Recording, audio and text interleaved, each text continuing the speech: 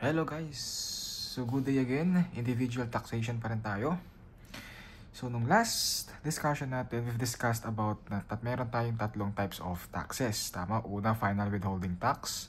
Pangalawa yung capital gains tax. Then pangatlo ito, si regular income tax. Ulitin ko ulit. Pag hindi ka subject dito sa final withholding tax, merong list lang yan, which is na-discuss natin dun sa last video discussion natin. Pag hindi subject sa final withholding tax, ipasok mo daw, subject daw sa regular income tax unless exempted under the law. Okay, dapat specifically provided na sinabi sa batas na exempted siya bago mo i-subject or bago mo i-exempt. Pag hindi sinabi, as long as may income, ipasok mo sa regular income tax. Ulitin ko, si final withholding tax, merong list yan.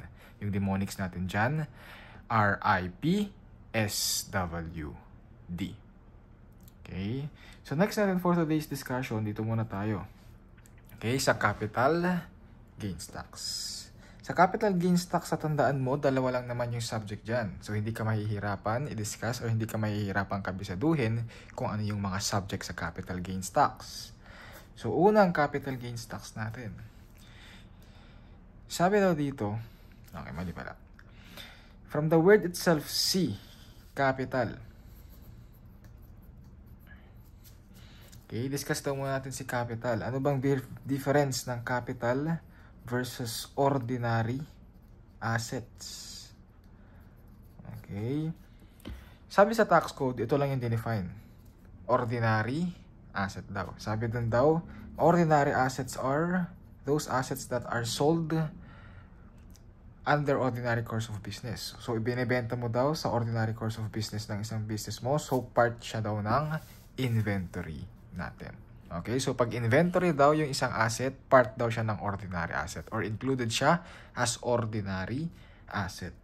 Number 2, hindi mo siya binibenta, hindi siya part ng inventory mo, pero you are using it in business daw. Pag ginagamit mo daw siya sa business, ordinary asset daw tayo. Okay, yun ko, ordinary asset kapag ganyan. Ano pa ba?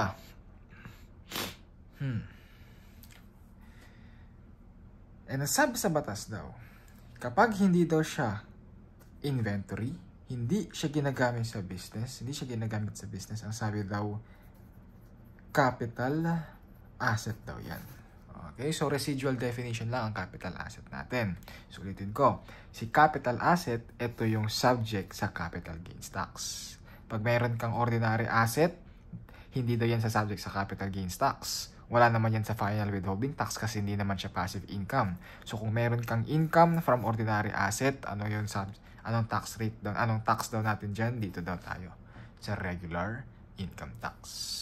Okay, so inahin natin, ano yung unang subject sa capital gains tax? Dito daw, nagbenta ka daw ng shares of stock. Okay, shares of stock that is not listed or is not traded on a local stock exchange. Okay, isa-isahin natin. Sabi daw, nagbenta ka daw. Ano daw binenta mo? Shares of stock daw. Yung shares of stock that is classified as capital asset. So, ano ba yung difference ng, ano ba yung example ng shares of stock na classified as ordinary asset? O for example, dagdagan natin ng number 3 dito. Meron kang stocks, tapos yung normal line of business mo is para kang dealers in securities. Okay, so yung talagang business mo, nagbebenta ka ng stocks. So, ibig sabihin, para siyang inventory. Sabi daw, kung inventory daw yan, ordinary asset yan. Ang sabi ko, yung subject sa capital gains tax is kapag yung asset mo is classified as capital asset. So, yung shares of stock natin dito, dapat daw yan capital asset. So, in short, dapat daw pag nagbenta ka, hindi ka dealers in securities. Sir, what if nagbenta ako ng shares of stock, tapos dealers in securities ako? Saan ako subject? Regular income tax ba? Yan yung isa sa exceptions. Sinabi mismo sa batas, sinabi mismo sa tax code that the income from the sale of stocks of a dealers in securities is subject to regular income tax. Okay, subject yan sa regular income tax, ha. Ngayon, isa-isa natin to. Shares of stock daw na dapat hindi listed sa stock exchange. Ano ba yung local stock exchange? Kung nagtitrade ka na usually sa mga online platforms natin, yan yung Philippine Stock Exchange natin. Okay? Kung listed daw sa Philippine Stock Exchange or listed daw yung stocks na binenta mo, sabi daw, hindi siya subject sa capital gains tax. Sir, paano pag listed yung stock exchange? Or listed yung shares of stock natin? If listed yung shares of stock, subject yan sa stock transaction tax or yung STT natin. Yung tax rate natin dito is 1/16 of 1%. Provided that as of this day, yung tax rate daw natin is 1/10 of 1%. Amended yan under SIMEPA. Kailan ulit effective ang SIMEPA? July 1, 2025. So beginning July 1, 2025, pag nagbenta ka daw ng shares of stock na dapat listed, okay, listed daw, hindi daw yan subject sa capital gains tax. Saan daw yan subject? Sa stock transaction tax. Ano si stock transaction tax? Business tax yan. Hindi yan income tax. Yung business tax, i-discuss na lang natin some other time sa separate video discussion natin yon. For today, mag-focus muna tayo sa income tax. Yung business tax daw na yan, yung tax rate mo daw is 1/10 of 1%. Before daw. Bago mag-effective yung SIMEPA. Ngayon daw, 1/10 of 1%. Okay? Isa pa sa tatandaan mo, kapag nagbenta ka ng shares of stock, na capital asset, ibig sabihin hindi ka dealers in securities. Kaso listed nga daw, always remember, exempt yan from income tax. Okay, exempted yan from income tax. So, dapat ma-meet mo yung requirement mismo na sinabi na batas para mas-subject ka sa capital gains tax. Ang sabi dyan, nagbenta ka dapat ng shares of stock na dapat capital asset. Tapos dapat daw hindi listed or hindi traded sa local stock exchange. Kuha mo yon. Dapat nakuha mo yon. Yung tax rate natin for capital gains tax dito, yung tax rate natin dito is 15% of the net capital gains. Okay, ano yung 15%? Yung tax rate mo, 15%. Final na yan. Okay? Of a net capital gains. Dapat daw may gains. Paano mo ba sinosolve yung net capital gains? Ganito lang yan. Yung selling price or yung proceeds less yung cost of the stock, masasolve mo na yung net capital gains. Sabi daw, yung net capital gains daw dito, i-multiply mo daw yan directly by 15%, masasolve mo daw yung capital gains tax natin. So, ganyan lang. Mag-solve ng capital gains tax. Tapos na tayo sa isa. Dalawa lang yan. Yan yung isa natin. Sale of shares of stock that is not listed or traded on a local stock exchange. Yung shares of stock na yan usually nanggagaling sa corporation. And yung corporation natin, possible nanggaling sa isang domestic corporation or pangalawa sa isang foreign corporation. Regardless kung resident foreign or non-resident foreign corporation, basta foreign corporation daw ang sinabi. Ito ngayon ang tatandaan mo. Before yung effectivity ng SIMEPA, July 1, 2025, yung subject lang sa capital gains tax natin is yung mga shares of stock na hindi listed sa stock exchange na ang nag-issue domestic share. Okay, ulitin ko Before July 1, 2025, yung subject lang sa capital gains tax is kapag nagbenta ka daw ng shares of stock na hindi listed sa stock exchange and ang nag-issue domestic corporation. But, beginning July 1, 2025, regardless daw kung yung nag-issue is domestic or foreign corporation, basta nagbenta ng shares of stock na capital asset yan, tapos hindi listed sa stock exchange, sabi daw, taxable na daw sa 15% of net capital gains. Okay, emphasize ko lang. Domestic shares lang before, bago ba effective yung July 1, 2025. Ngayon, as of today, beginning July 1, 2025, kasama na daw pati yung inisyo ng foreign corporation. Okay tayo? Sana nagkuha mo yan ha. Pag hindi, backward ka lang ulit. Tapos i-play mo ulit. Sana mag-gets mo na sa susunod. Okay, unlimited viewing naman tayo dito. So yan yung unang capital gain stocks natin. Next tayo, second capital gain stocks. Ano yung pangalawang capital asset na subject sa capital gain stocks? Sabi daw, kapag nagbenta ka daw ng real property. Real property that is classified as capital asset. Okay. Isa-isahin na naman natin yung requirement na sinabi sa batas. Masasubject ka daw sa capital gain stocks kapag yung binenta mo daw dapat real property. Pag sinabi mong real property, immovable property. Unang example niyan, pwedeng building, pwedeng land. Na dapat daw yung real property mo is classified as capital asset.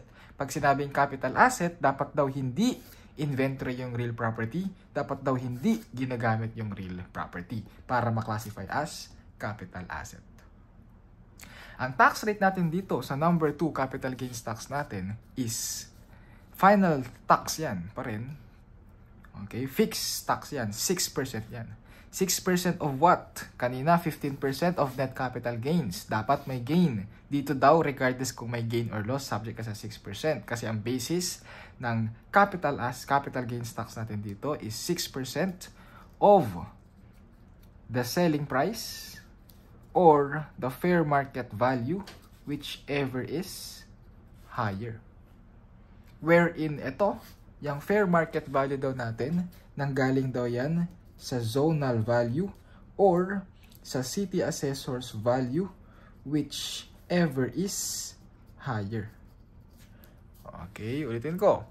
Yung basis ng 6% capital gains tax natin is yung selling price, yung proceeds mismo, or yung fair market value ng property na binenta mo kung ano yung mas mataas doon. Wherein yung fair market value natin, nanggagaling yan sa zonal value or sa city assessor's value kung sino yung mas mataas sa kanila.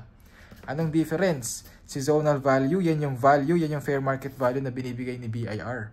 Si city assessor's value, yan yung value na binibigay na nanggagaling sa munisipyo. Okay, municipality muna yan. So yan. Meron pa kasing isang fair market value. Okay, meron pang fair market value na nanggagaling sa independent appraiser. Okay, yung independent appraiser na yan, always take note, pag usapang capital gains tax, ignore natin yan. Ano ba yung independent appraiser na yan? Parang private company yan na independently binavalue or binibigay yung current value ng property natin. Okay, independent yan. Hindi yan nanggaling sa BIR, hindi yan nanggaling sa government or sa munisipyo natin. I-ignore mo yan. Yung basis lang ng 6% natin, yung selling price or yung proceed, or yung fair market value na nanggaling kay BIR or sa munisipyo, kung alin man yung mas mataas dito. Okay, so always take note ha, yung sale of real property, classified as capital asset, yung tax rate mo dyan 6%. Wala kang pakialam daw dyan kung nakalos ka o nagbenta ka ng palugi or nagbenta ka ng kumita ka. Kasi nga yung basis doon ng 6% mo, selling price or fair market value, whichever is higher. So, importante ba yung capital gains tax? Yes. Kasi kapag nagbenta ka ng real property, tapos hindi mo binayaran yung capital gains tax, hindi i-register or hindi matatransfer sa'yo, hindi matatransfer kay buyer yung property na binili niya. Unang-unang hahanapin yan, si capital gains tax. Okay, babayaran mo yan sa ONIT. One-time transaction tax. Okay. Papansin mo, sir, parang napaka-oppressive naman ng number 2 natin na capital gains tax. Kasi paano pag lugi ako? Matatax pa rin ako. Pwede ba yun? Wala kang magagawa. Yun yung sinabi ni Batas. Binigyan ka na lang ng exceptions ni Batas. Okay, sabi daw, exceptions to the 6% capital gains tax. Unang exception daw natin. Kapag nagbenta ka daw ng Roland that is intended, okay, nagbenta ka daw ng Roland for socialized housing. Ulitin na naman natin yung requirement, ha. Dapat specifically ma-meet yung requirement. Ano daw binenta mo? Dapat Roland. Pag sinabing Roland, undeveloped land yan. Okay, saan mo daw, bakit mo daw binenta? For socialized housing. Ano ba si socialized housing? Yan yung binibenta sa mga tao. Yan yung binibenta sa mga underprivileged na mga tao. Okay, yung yung bahay na nasa mababang presyo. Yan daw. Pag nagbenta ka daw ng Roland for socialized housing, except daw yan sa capital gains tax. Siyempre, merong mga requirements. Okay? Ano yung unang requirements dyan? Banggitin ko na lang, hindi ko na lang susulat. Sabi daw, dapat daw yung bumili daw nung Roland natin, nung Roland, yung bumili daw is si government agency. Or pwede daw na accredited private developer in a socialized housing.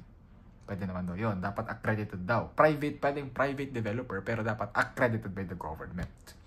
Okay, una, dapat yung bumili daw si government mismo, or part of a government agency, or pwedeng private developer, pero dapat accredited ni government. Okay, yun yung unang requirement natin, ha. Then dapat daw yung binenta nga Roland, which is dapat undeveloped pa. And intended for socialized housing. Okay, dapat yung socialized, paano mo ba malalaman, sir, kung for socialized housing yan? Sine-certify yan. Okay, dapat certified yan by the appropriate government housing authority. Okay, dapat appropriate or certified yan ni housing authority. Okay, government housing authority. So, yan yung unang exceptions natin. Pangalawang exception natin, nagbenta ka daw ng lupa or nag-transfer ka ng lupa. Pwedeng nagbenta, sige. Land that is transferred under Carl naman. Carl of 1988. Oh, to si Roland. Oh, nagbenta ka daw kanino kay Roland. Yan na lang yung clue mo para hindi mo makalimutan. Ito, kanino ka daw nagbenta? Kay Carl naman daw. Sino si Carl? Batas yan actually. Comprehensive Agrarian Reform Law. Yan si Carl. Comprehensive Agrarian Reform Law. Ang concept lang ni Carl of 1988 is nagbenta ka ng lupa para sa mga landless farmer. Nagbenta ka ng lupa para sa landless farmer. Okay? Yan yung mga dakilang farmers natin na walang sariling lupa. Nakikisaka lang. Sabi daw, pag nagbenta ka daw, tapos pumasok daw sa batas na Carl of 1988, exempt daw sa capital gains tax.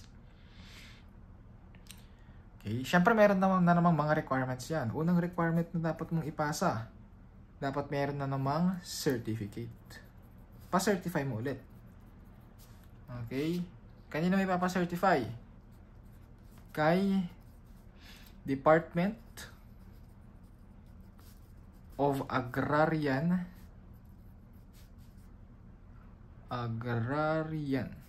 Reform. Okay? Or si DAR. Pa-certify mo daw kay DAR. Okay? Para ma-subject sa final, or ma-subject sa exceptions, or ma-exempt sa 6% capital gains tax. Ulitin ko, yung nagbenta ka ng Roland para saan? Dapat for socialized housing. Ito, nagbenta ka ng lupa para saan? Sa mga landless farmer. Yan yung pangalawa sa exception. Pangatlo natin sa exception, nagbenta ka daw ng capital asset that is classified as principal residence. Bakit mo binenta yung principal residence mo daw? To make another principal residence. O, ano ba yung principal residence na yan? Yan daw yung primary na tinitirhan mo. Binenta mo daw yung primary na tinitirhan mo. Bakit daw? Para daw bumili ka ng panibagong tinitirhan mo. Exempt daw yan sa 6% capital gains tax. Okay, exempt daw yan. Provided that number 1, dapat ma-make natin itong mga to. Number 1, the proceeds must be fully utilized within 18 months. Okay, dapat yung proceeds must be fully utilized within 18 months. Number 2, dapat daw BIR is duly notified. Magpaalam ka daw. Huwag ka naman daw medyo bastos. Sabi daw, paalam mo daw kay BIR na i-avail na magbebenta ka ng principal residence. Tapos i-avail mo daw yung 6% capital gains tax. Dapat daw i-notify mo daw si BIR within 30 days after the sale. Number 3 requirement natin. Sabi daw, yung supposed to be 6% capital gains tax must be deposited in escrow account. Ano yung escrow account? Parang bangko lang yan. Parang savings deposit lang yan na dapat nakapangalan yan kay BIR. Okay, sabi yan sa Revenue Regulation number 2-98 ng Batas ng Pilipinas. Okay, sinabi yan mismo. Revenue Regulation number 2-98 na dapat daw yung supposed to be capital gains tax is nakadeposit sa isang escrow account. Anong purpose yung number 3 na yan? Parang sinasabi lang na merong pangahawakan si BIR in case natakasan mo siya. Or in case hindi mo ma-meet lahat ng requirement para maging exempt sa principal residence, sabi daw, meron pang makokolekta si BIR kasi nakadeposit lang yan sa escrow account. Oh, sir, what if na-meet ko lahat ng requirement within 18 months, nagawa ko yung kailangan kong magawa, dinotify ko naman si BIR, ano mangyayari dun sa escrow account? Ikaw na pwede mag-withdraw nun.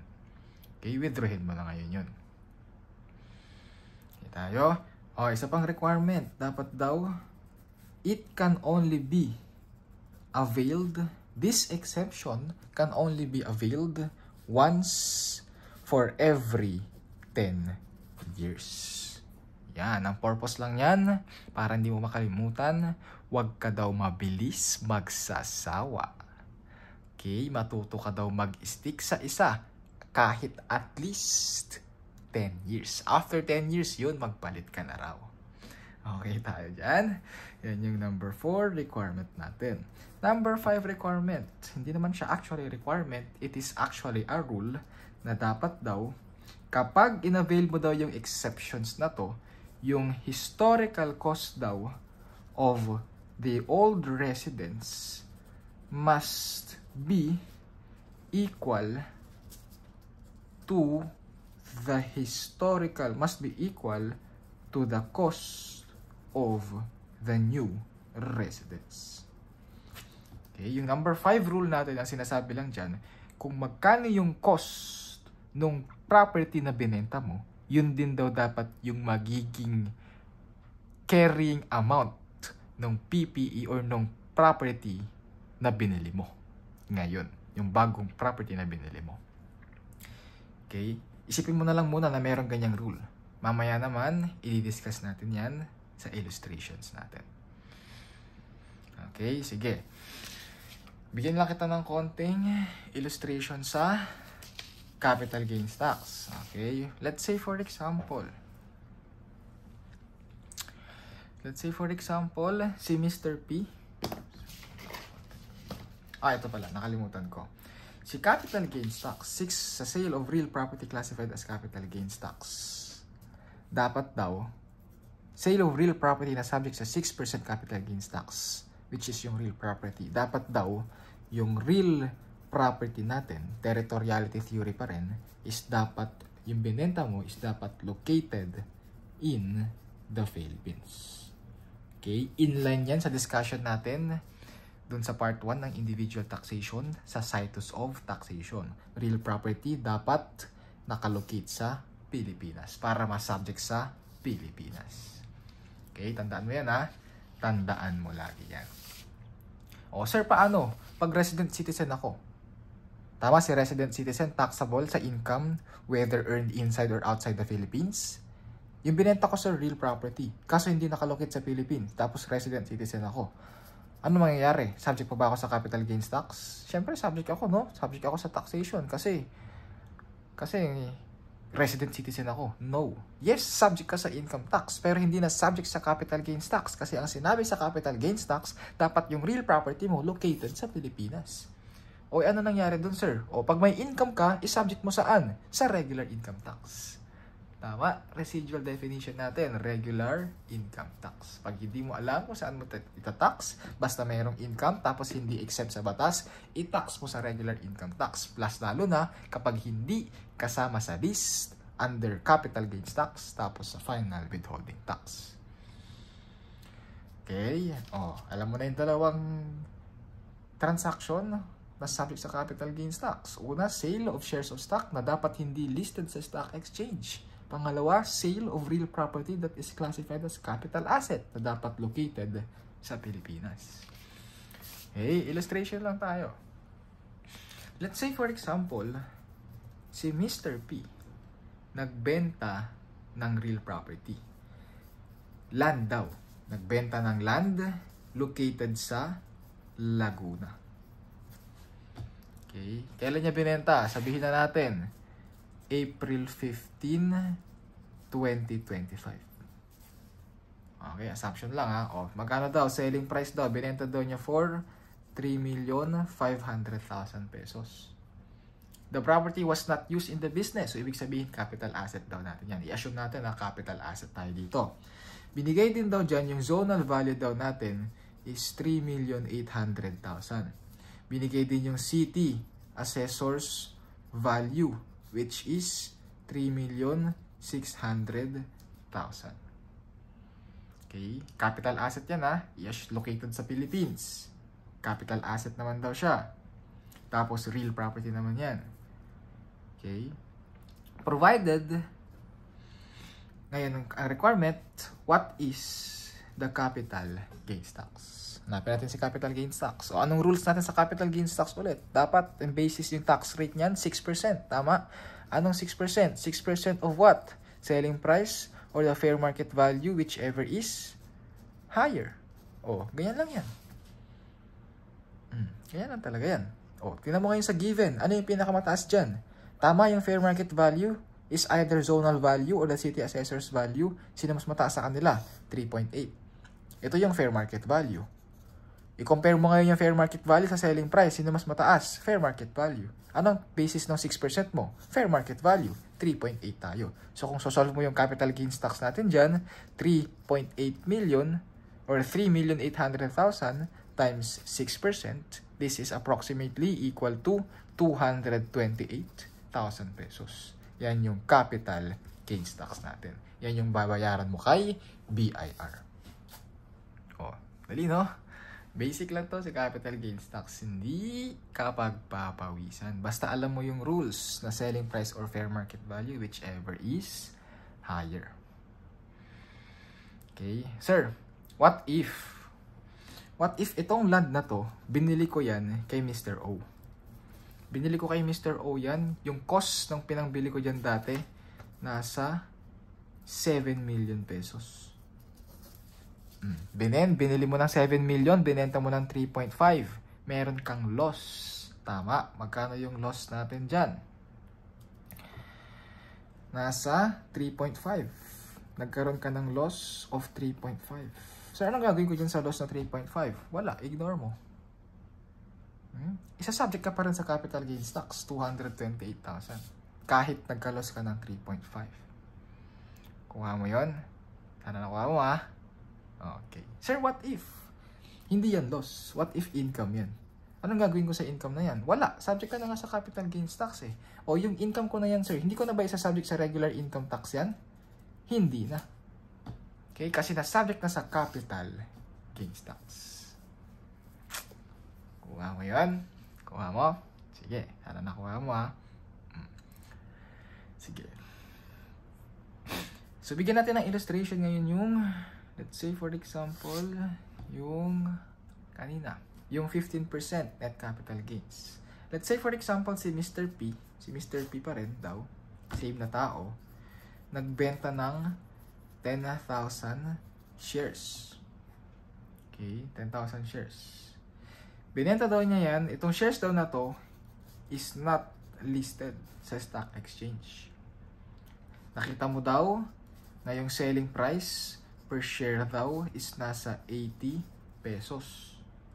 Yung cost daw natin nung shares natin is nasa 50 pesos per share. Okay? Kung i-compute mo yan, 80 pesos per share, magkano yung share na binenta mo? 10,000. So, 80 pesos times 10,000, this is equivalent to 800,000. Ano yung 800,000? Selling price yan. Ano yung cost mo? 50 times 10,000, nasa 500,000. Ano yung basis ng 15% capital gains tax natin? Tama, yung net capital gains. Yes. Sir, subject po sa 15% capital gains tax. Tingnan mo yung requirement. Ano yung binenta mo? Shares.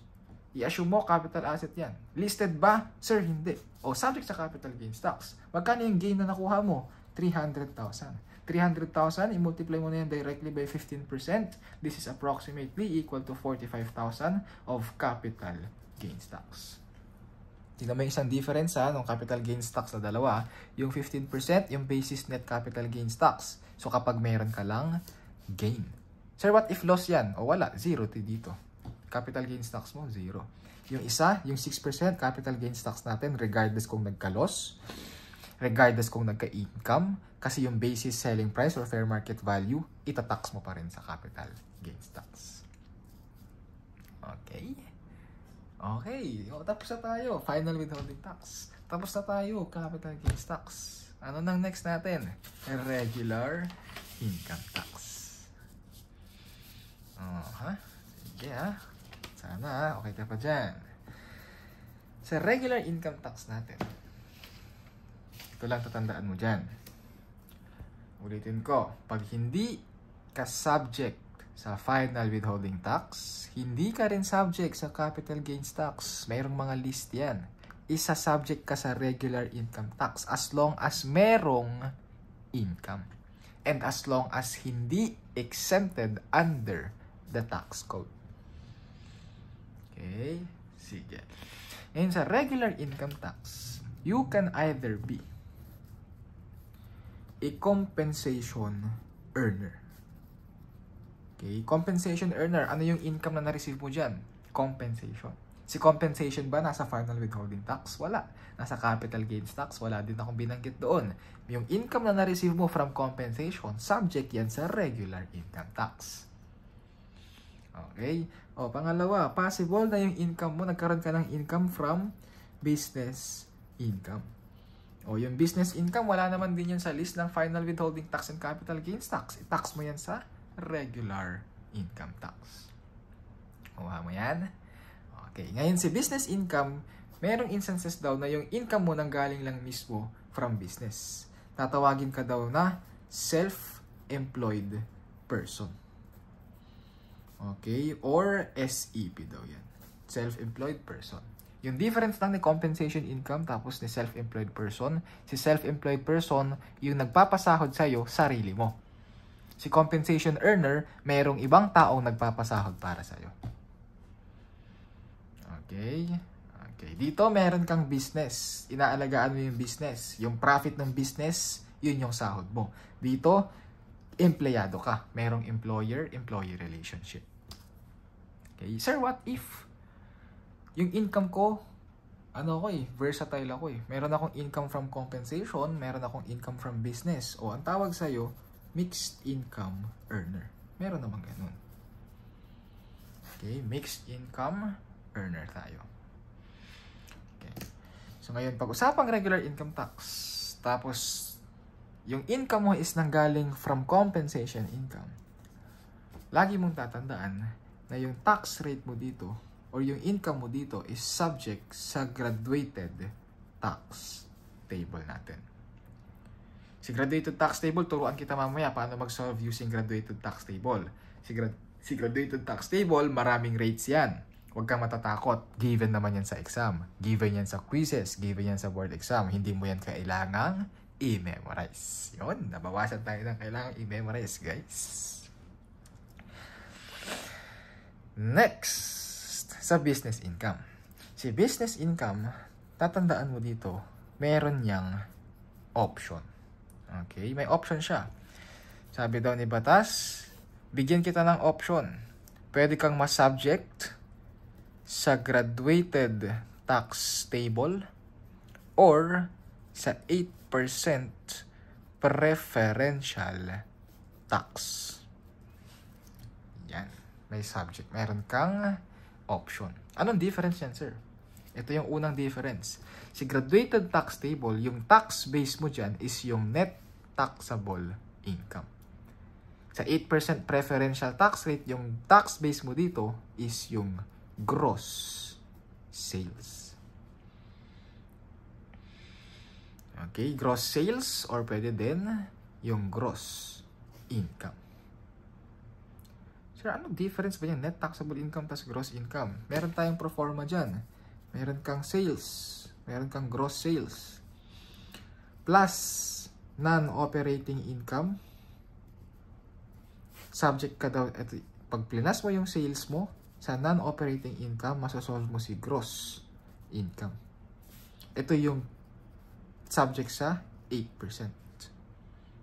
Pag binawasan mo yan ng allowable deductions, yung allowable deductions mo, pwedeng operating expenses yan, as long as allowed as deduction under the tax law. Meron tayong separate discussion sa mga list of allowable deductions. Huwag ka muna magmamadali.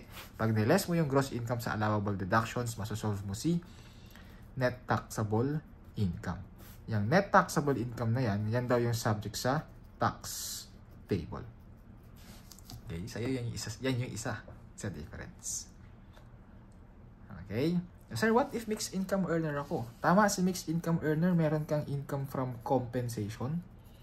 Tapos meron kang income from business. Same concept lang yan. Pag yung income mo from compensation, subject sa tax table pa rin. Yung income mo from business, meron ka pa rin option. Kung gusto mo daw mas subject sa tax table, go. Pwede naman daw. Pag gusto mo mas subject sa 8% preferential tax, pwede naman din daw. Go. As long as itong 8% preferential tax, meron tayong mga requirement dyan. Unang requirement natin, dapat daw yung gross sales or receipts daw natin does not exceed 3 million pesos. Okay, kasi kapag na-subject ka sa 3 million pesos, VAT registrable ka na or VAT registered ka na. Kasi yung isa sa requirement, which is yung number 2 requirement natin, is dapat daw you are not subject to value added tax. Si value added tax, business tax din yan. Parehas yan nung other percentage tax na diniscuss ko kanina. Pero wag mo munang isipin yan, tsaka na natin yan pagtuunan ng pansin kapag nasa business taxes na tayo. Okay? O number 3, pwede din daw or hindi ka dapat or para masubject ka sa 8% preferential tax rate, dapat daw you are not subject to other percentage tax na may list yan na located sa section 117 to 127 of the tax code. May list din yan. Business tax din yung other percentage tax. Huwag mo na din munang pagtuunan ng pansin. I-discuss natin yan some other time. Okay, tayo dyan. O, isa pa daw na requirement. Para masubject ka daw sa 8% preferential tax, dapat daw you are not subject or yung mga transactions mo daw is hindi na subject sa VAT exempt transactions. Yung VAT exempt transactions, merong list ulit yan. Okay? Exempt transactions sa VAT, specifically sa VAT, exempted sila. Makikita mo yan sa section 109 of the tax code. i-discuss din natin yan kasabay ng business taxes natin na VAT and other percentage tax. Okay? Number 5 requirements. Dapat daw wala kang income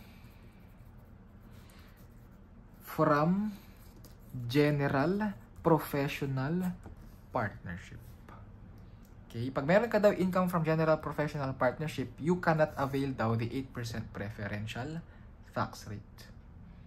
And number 6 rule natin. Feeling ko ito na yung number 6 last rule natin. Dapat daw BIR is duly notified in the first quarter return. Okay, dapat daw i-inform mo si BIR na i-avail mo yung 8% preferential tax rate. Kailan mo daw i-avail? Kailan mo daw siya i-inform? During your first quarter return. Sir, bakit first quarter return? Ito tatandaan mo. Kapag meron kang income from business income, required kang mag-file ng ITR, income tax return, quarterly and annually. Pag sinabing quarterly, 4 na beses ka magbabayad. Magbabayad ka daw sa first quarter, sa second quarter, and sa third quarter. Tapos yung fourth quarter mo, ang babayaran mo na doon, annual payment tayo. Cumulative yung filing natin dyan. Okay, tandaan mo, cumulative. Pag sinabing cumulative, yung income mo sa first quarter, ifa-file mo. Tapos yung ifa-file mo sa second quarter, yung income mo ng second quarter, plus yung income mo ng first quarter, and so on and so forth. So, ibig sabihin yung ifa-file mo sa income mo or ITR mo ng fourth quarter is yung income mo sa third, second, and first quarter. Cumulative filing tayo. Okay, cumulative filing. Okay, ulitin ko BIR must be duly notified in the first quarter return. Sir, what if hindi ko na-inform si BIR? Nakalimutan ko. Anong mangyayari? Eto ka. Diyan ka daw nababagay. Subject ka daw sa tax table. So, ito yung general rule natin. So, kapag hindi sinabi ni BIR or hindi mo inavail yung 8% preferential tax rate, saan ka daw isa-subject? Sa tax table natin. Okay. Sir, si business lang ba yung kailangan mag-file ng ITR? Yes, kasi kapag yung income mo is purely from compensation, you are not required to file ITR. You are not required to file ITR. Meron lang tayo mga exceptions dyan, which is i-discuss na lang natin some other time ulit. Sige na nga, discuss natin nga. Ano yung isang exception dito sa compensation earner? Kapag daw yung income mo from compensation is coming from 2 or more employer. Okay? Sabi daw, hindi ka daw required mag-file ng ITR pag yung income mo is from compensation lang. Bakit? Kasi yung magpa-file ng ITR mo, si employer mo mismo using BIR Form 2316. Pero sabi daw, yung exceptions daw natin dito, kapag daw ikaw is employed sa 2 or mas marami pang employer. Sabi daw, mag-file ka daw ng ITR kasi kailangan mong pagsamasamahin yung income mo from one employer to the another employer. Okay? Sige. Mas elaborate natin yan pag nandun na tayo sa topic ng filing. Filing. Ayun. So, ulitin ko lang. Sa regular income tax, usually, yung mga income mo is nanggagaling sa compensation income or sa business income. Pag nanggaling sa 2, mixed income earner ka. Yung compensation income mo, subject lang yan sa graduated tax table. Pero yung income mo from business income, may option ka. Pwede ka daw mas-subject sa graduated tax table or pwedeng sa 8% preferential tax. Pag mixed income earner ka, yung compensation income mo sa tax table pa rin. And yung business income mo, pwedeng mas-subject sa tax table pa rin or sa 8% preferential tax basta meron kang option. Itong option natin sa dalawang ito, provided daw na dapat ma-meet mo yung requirements natin ito. And dapat ma-inform mo si BIR within the first quarter return. Pag hindi mo daw na-inform si BIR, ang subject mo daw or ang tax rate mo daw, dito ka daw sa tax table. Okay tayo dyan Okay. Kuha mo ba? Sige. Isa pa sa difference na kailangan mong matandaan na lagi ko ding nakakalimutan na sana wag mong makalimutan. Ito daw.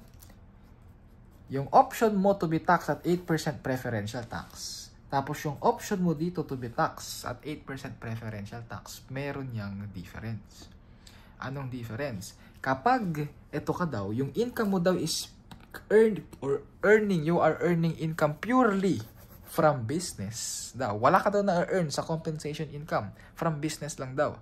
Sabi daw, meron ka daw allowable deduction dito. Fixed amount ito of 250,000 pesos.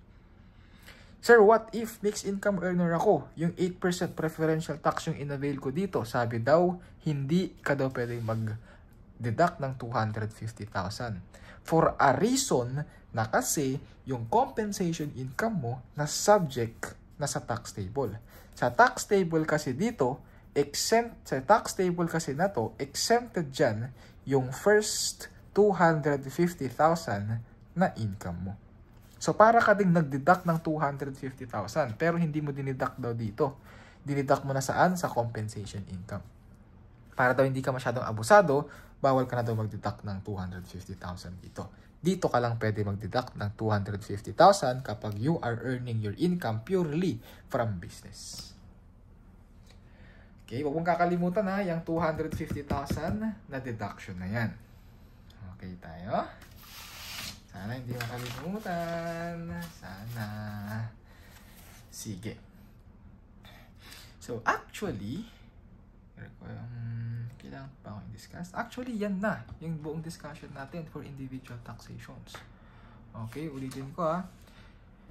Yung types of taxes natin, regular income tax or final withholding tax, capital gains tax, and regular income tax. Pag hindi ka subject sa final withholding tax, na may list naman tayo dyan, kailangan memorize mo yan. Tapos yung capital gains tax na dalawa lang naman yan, and kailangan memorize mo din yan, subject mo daw lahat yan sa regular income tax. Yung regular income tax, graduated tax table yan. Hindi mo kailangan i-memorize yan kasi ibibigay sa exam yan. Yung isa lang na kailangan mong i-memorize, yung 8% preferential tax. Yung 8% preferential tax, yung basis mo dyan is yung gross sales or yung gross income. Na meron kang allowable deduction of 250,000 kapag you are earning purely from business income. Na hindi mo kayang i-avail yung 250,000 na yan kapag ikaw is a mixed income earner daw. Okay. So, para mas mag-materialize yung mga concepts na discuss natin, magsagot tayo dito ng mga problems. Okay. Ito, illustration number 1 natin. Sabi dyan, Mrs. Cruz owned a residential house in Quezon City, which served as her principal residence for the last several years. On January 1, 2025, she sold the property for 5 billion pesos. Take-note mo, selling price yan. On June 1, 2025 daw, she purchased a new house in Cavite for the same amount of 5 million pesos. Bumili daw siya ng new house. Sabihin na natin, bagong principal residence din yan. Yun pala, sinabi. Which she began occupying as her new principal residence. Oh, parang familiar to. Nagbenta ako ng principal residence, gumawa ako ng bagong principal residence. Anong binenta ko? Residential house. Real property yan. Tapos hindi naman sinabing ginamit sa business kasi nga principal residence. So classified as capital asset yan. Tama, subject sa capital gains tax yan. Anong tax rate natin? 6%. Anong basis? Selling price or fair market value? Whichever is. Sige, ano? Higher. Galing ah. So, ay sabi, she also notified the BIR in writing within 30 days. Okay, kailangan mo naman talaga silang i-inform within 30 days from the date of sale of her intention to avail the capital gains tax exemptions. Very good ka dyan. Sabi, in accordance with Revenue Regulation number 2-98, she deposited 300,000 pesos in an escrow account. Ano yan? Tama, yun yung isa sa rules natin. Dapat mag-deposit ka ng supposed to be capital gains tax mo sa isang escrow account. O ano yung capital gains tax daw na? Supposed to be, yung 5 million times 6%. Kaso, yung binenta mo, principal residence. Tapos bumili ka ng bagong principal residence. Kailan mo natapos? June 1, 2025. Kailan mo binili? January 1, 2025. Pasok ba doon sa 18 months? Period natin, pasok sa 18 months. So, pwede mong ma-avail yung exceptions. So dito, always remember, tandaan mo, this is exempted from capital gains tax. Okay, yan yung isa sa exceptions natin. Pag tinanong, how much is the capital gains tax due? Sagot mo, putik, 0 lang yan. Huwag ka na mag-solve ka pa. Basahin mo lang. Alam mo na, 0 na agad tayo dyan. Okay, sige. Meron pa tayong next illustration. Sabi dito, scenario 1, Miss Javier sold her principal residence in Batangas for 6 million pesos. She notified the BIR of her intention to avail the capital gains tax exceptions. Binenta mo principal residence, okay naman. She used 4.2. Yun. Anong nangyari? 6 million pesos daw. Yung binenta lang daw, yung ginamit lang dyan niya, 4,200,000. So, ito yung utilized portion. So, meron siyang unutilized portion of 1.8 million pesos. Okay, ito yung selling price. Oh, kailan daw niya nabuo yung bagong residence? Within 18 months. Pasok naman. The historical cost or the original acquisition cost of the old residence was 3 million pesos. Question, how much is the capital gains tax she will pay for the unutilized portion? Oh, ito yung isang tanong.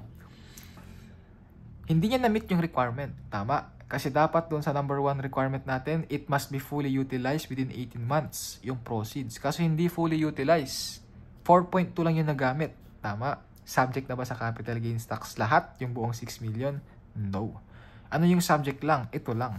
Yung hindi nagamit na portion. So, kung isosolve mo yung question number 1 natin, ganito yan. Yung selling price mo is 6 million pesos. Yung supposed to be capital gains tax mo, this is 6 million. Calculator pa lang. 6 million times 6%, that is 360,000. Itong 360,000 na yan, deposited yan sa escrow account. Okay, magkano yung nagamit mo? 1,800,000. So, ano yung itatax mo? Yung 1,800,000 lang. 1,800,000 yung unutilized portion, divide mo lang yan ng 6 million pesos para ma-solve mo yung percentage natin. Magkano, ilang percent yung unutilized natin? 1.8 divided by 6 million, nasa 30%.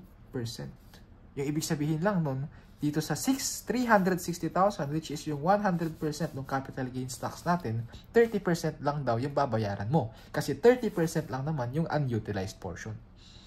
So, isosolve mo yung capital gains tax due natin, 30% times 360,000, this is equal to 360 times 30%, 108,000 pesos. So, yung sagot natin dito, 108,000 pesos.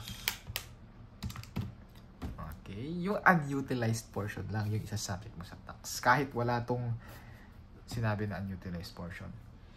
Question number 2, what is the cost basis of the new principal residence? O, ano yung rule natin? Kanina, sabi ko yung rule natin doon, yung old residence is equal to the new residence. Magkano yung cost ng old residence mo? Ito daw, 3 million pesos. Ibig sabihin, 3 million pesos is equal to the new residence of 3 million pesos. Kapag fully utilized yung portion, yung proceeds. Hindi mo nga nagamit yung buong proceeds eh. Ito, it applies kapag nagamit mo yung buong proceed. So magkano daw yung cost basis ng new residence? I-percent mo lang din yan. Magkano ba yung utilized portion? 4.2. I-divide mo lang yan dun sa total proceed na 6 million. Magkano percentage niyan? 70%. I-times mo doon sa supposed to be old residence natin or supposed to be cost ng new residence natin, which is yung 3 million pesos. 3 million times 70%, this is equivalent to 2,100,000 pesos. So yung cost basis ng new residence mo is nasa 2,100,000 pesos. Yan. Sige, para mas maintindihan mo, sir, what if? Palitan ko ng red ball pen para maintindihan mo yung what if scenario natin. What if nagamit ko ng buo yung 6 million? Okay, tanong, magkano yung capital gains tax mo pag nagamit mo ng buo yung 6 million? 0. Okay. Sir, what if nagamit ko ng buo yung 6 million pesos, magkano yung cost ng new residence ko? Magkano yung carrying amount ng new residence ko? Ang sagot mo, 3 million pesos. Paano nasolve yung 3 million pesos? Yung rule natin na to. Okay. Sige. Sana gets mo yan, ha? O, dagdagan natin. Isa pa. Scenario number 2. Continuing the scenario number 1, but instead, Miss Javier incurred an additional cost of 3 million and the proceeds of 6 million was fully utilized. Magkano yung capital gains tax payable natin? O, nagamit ng buo yung proceeds. Anong capital gains tax mo? 0. What is the cost basis of the new residence? Balik ka dun sa rule natin. Old residence is equal to the new residence. 3 million pesos is equal to the 3 million pesos. Yung buong cost ng old residence natin. Kaso dito meron kang additional cost of 3 million pesos. Isama mo yan dito. Plus 3 million pesos. So yung total cost mo ng new residence natin is 6 million pesos. Yan for scenario number 2. Okay. So kung hihimay-himayin mo, ulitin natin, kapag fully utilized yung proceeds, walang additional cash na binigay, yung binayad, yung old residence, yung carrying amount ng old residence, yun din yung carrying amount ng new residence mo. Kapag merong additional cost na binayad, or additional cost sa paggawa ng new residence, i-plus mo lang yung additional cost na ginawa mo, yun yung magiging carrying amount nung property, plant, and equipment o yung principal residence natin. Okay. Kuha yun. Sige. Hindi nakuha, pause ka lang. Pag medyo masakit na yung ulo mo, nag-information overload ka na, pause ka lang. Pahinga ka ng konti. Hindi naman mawawala tong video na to. Okay, next tayo. Next illustration natin. Ito. Sabi, si Miss Santos is a mixed income earner who, in the year 2025, received a total compensation income of 1.2. Oh, sabi yan, mixed income earner. Merong compensation income. Yung compensation income na yan, saan yan subject? Regular income tax. Income of 1.2 from her regular employment. In addition to this, she operates a freelance graphic design business. Business income yan, which is meron siyang gross sales of 2.8 million pesos. Moreover, Ms. Santos received non-operating income of 100,000 related to her business activities. Importantly, she is not registered for value-added tax and her business income satisfies all the conditions necessary to qualify for the 8% preferential tax rate. So, in-avail daw niya yung 8% preferential tax rate. Question natin, how much is the capital or how much is the tax due from regular income tax? So, paano mo i-solve yan? Oh, rule ng mixed income earner. Yung compensation income natin, which is magkano? Ito yan, 1.2 million. Subject yan saan? Tax table. Yung business income natin, dalawa yung option mo. Kaso in-avail yung 8% option, which is, yun yung tax rate natin, 8%. Ano yung basis na ito? Tama, gross income. Magkano yung gross income mo dyan? 2.8 million plus meron siyang non-operating income na 100,000 pesos. So, this is equal to 2,900,000 pesos. I-tax mo lang yan directly by 8%. 2.9 times 8%, this is equal to 232,000 pesos. Sir, business income, hindi ba ako magle-less ng 250,000? Hindi. Bakit? Mixed income earner ka. Okay? Pag wala yung compensation income na yan, magdeduct ka ng 250,000 dito. 2.9 less 250,000 times 8%. Yun yung tax due na babayaran natin. I-assume natin. Assume lang Assumption. Assumption, wala yung compensation income. So, business income lang meron ka. Kung isosolve mo yung 8%, yung tax due natin, ganito yan, 2.8 plus 100,000 that is 2,900,000 less 250,000. Fixed amount yan. That is 2.9 less 250, 2,650,000. Tapos ka mag-tax ng 8%. This is equivalent to 212,000 of tax due. Yan yung babayaran mo. Okay, pero yung answer natin muna for this day, for this problem, kasi nga, ginamit niya yung 8%, for business income niya, meron siyang 232,000. Sir, anong gagawin ko doon sa compensation income? I-tax natin yan. Paano, sir? Tax table tayo. Ano yung tax table, sir? Ito ngayon yan.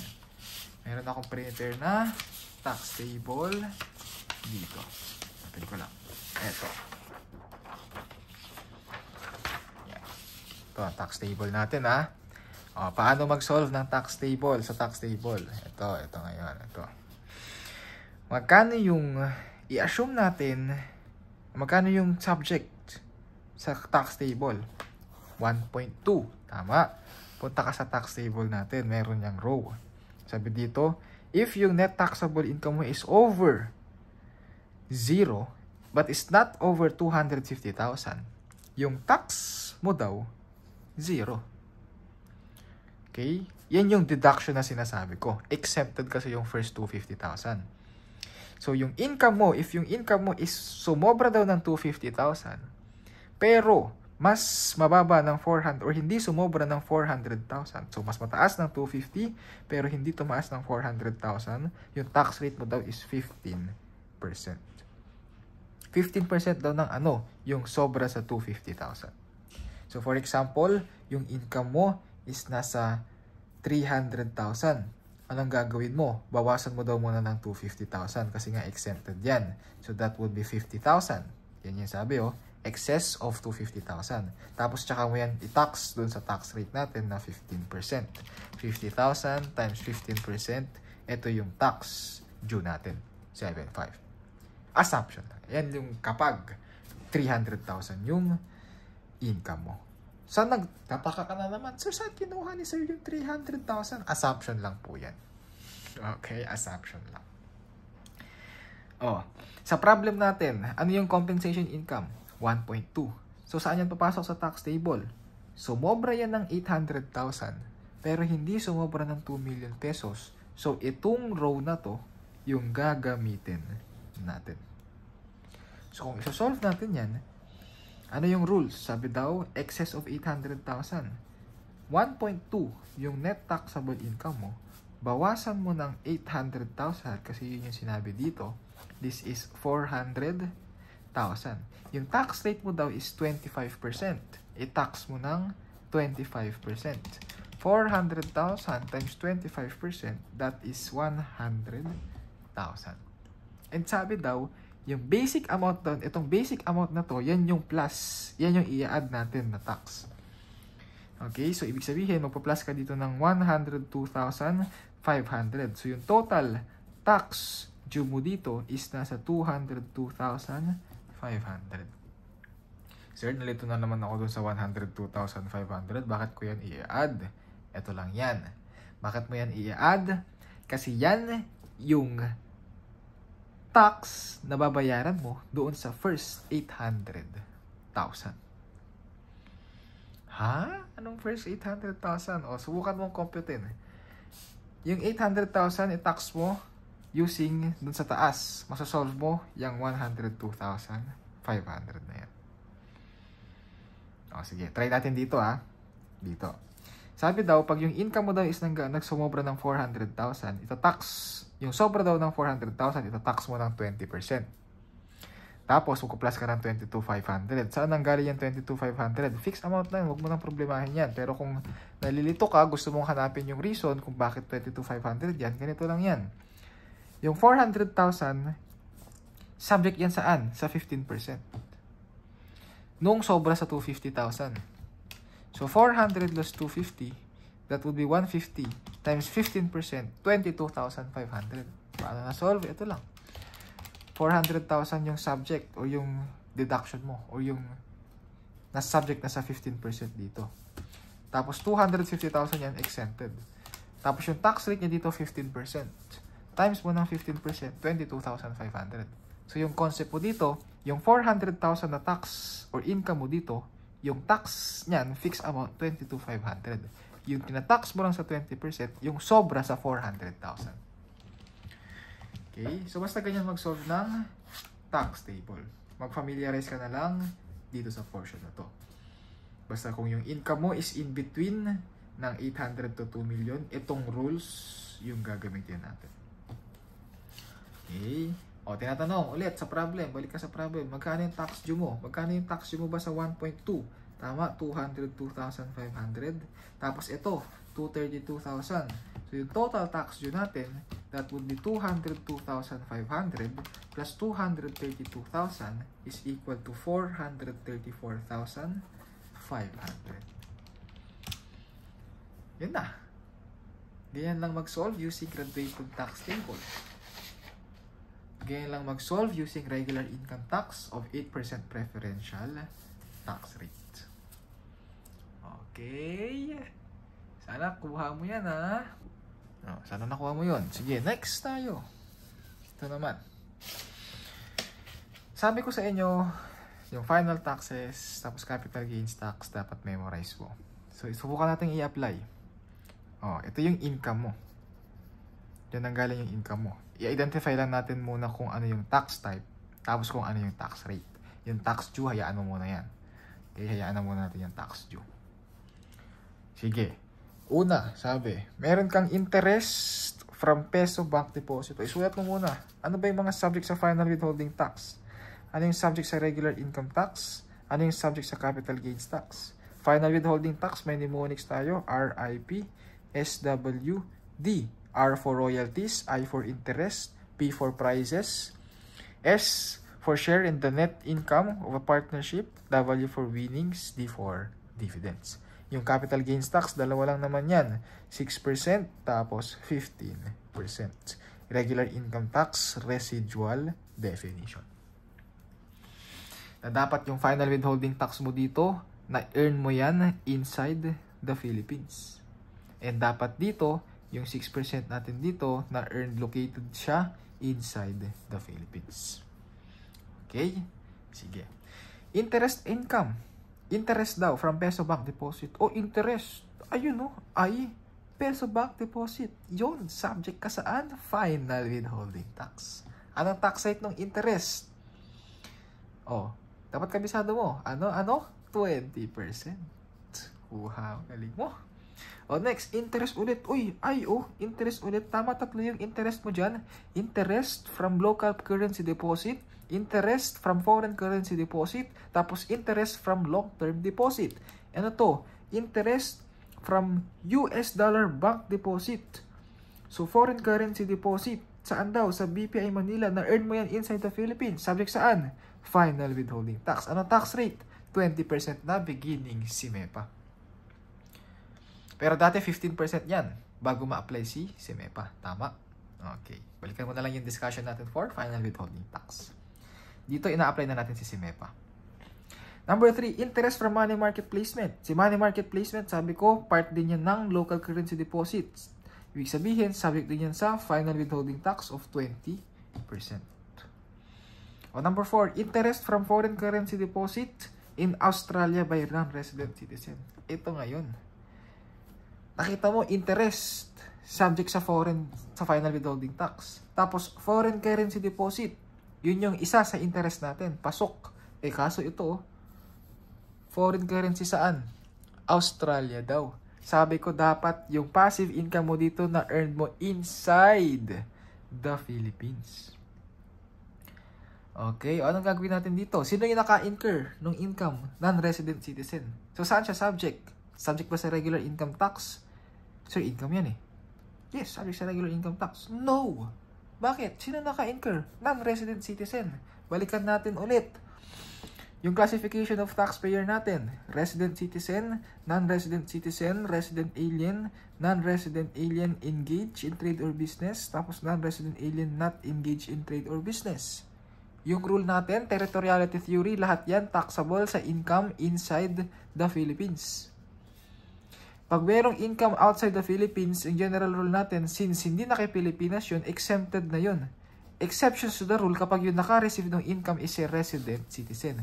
Sino naka-receive dito? Non-resident citizen. Saan na-receive yung income? Outside the Philippines. Ano mangyayari dyan? Exempted tayo dyan. Tax rate mo, 0 syempre. Okay. O next, royalties. Uy, royalties. Nasa R. Pasok ba? Saan ba na-earn yung income? Sa Manila. Uy, pasok nga inside the Philippines. Saan subject yan? Final withholding tax. Anong tax rate? Dalawa yung tax rate mo sa royalties. It's either 20% or 10%. 10% kapag libro. 10% tayo dito.